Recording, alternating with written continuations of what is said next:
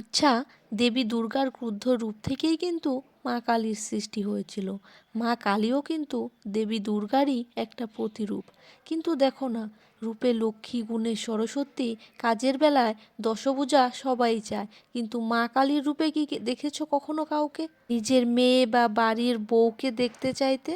যাই হোক, চলে এলাম নতুন একটা ভিডিও নিয়ে। সবাইকে জানাই হ্যাপি দিওয়ালি। দিন আগেই দুর্গা পুজো গেল। অনেকেই দুর্গা সেজে ছবি তুললো, বড়রা আশীর্বাদ করলো, দেবী দুর্গার মতো 10 হাত দিয়ে সংসার সামলিও। লক্ষ্মী পুজোতে আশীর্বাদ করা হয়, লক্ষ্মীর মতো শান্তশিষ্ট থেকো, ধনজনে ভরিয়ে রেখো সংসার, একদম লক্ষ্মী মন্ত্র মেয়ে হয়ে থেকো বা লক্ষ্মী মন্ত্র বউ হয়ে থেকো।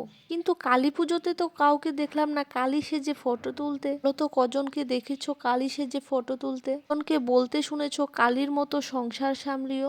দিয়ে ভাত খাওয়ার সময় যেমন হাতের 5টা আঙুলেরই প্রয়োজন, 5টা ভিন্ন ভিন্ন আঙুলের, ঠিক তেমনি আমরা মেয়েরা বেঁচে থাকতে গেলে লক্ষ্মী, সরস্বতী, দুর্গার মতো মা কালী হওয়াটাও কিন্তু প্রয়োজন। পাড়ার মোড়ে মোড়ে যতটা না দুর্গা পূজা হয়, তার থেকে দ্বিগুণ বেশি কালী পুজো করা হয়। কেননা কালী পুজো নাকি করা হয় মা কালীর সম্মানার্থে। কালী পুজোর তাৎপর্য নাকি অন্যায়ের প্রতিবাদ করা, সামাজিক বন্ধন দৃঢ় করা এবং দের সম্মান করার শিক্ষা দেওয়া। কিন্তু কালী পুজোটা কি আদৌ এই জন্য করা হয়, নাকি মা কালীকে ভয় পেয়ে করা হয়? আমার তো মনে হয় মা কালীকে ভয় পেয়ে, মা কালীর হাতের ওই খাড়াটা দেখে মা কালীকে পুজো করা হয়। কারণ যদি সম্মান করে আর ভক্তি ভরে মা কালীকে পুজো করা হতো, তাহলে সবাই ঘরে ঘরে মেয়েদেরকে বা বউদের বলতো মা কালীর মতো হইও, দেখ মা কালী কেমন ছিল।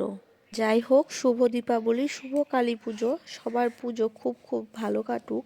যাদের ছোট্ট প্রাণ আছে তাদের কথা মাথায় রেখে শব্দবাজিটা একটু কমান, রাস্তার কুকুর বেড়ালদের বাঁচিয়ে তারপর বাজিটা ফাটাবেন। কারণ এমন আনন্দ কখনোই আনন্দ হতে পারে না যেটা কোনো কারোর কষ্টের কারণ হয়ে দাঁড়ায়। ভিডিওটা এই পর্যন্তই।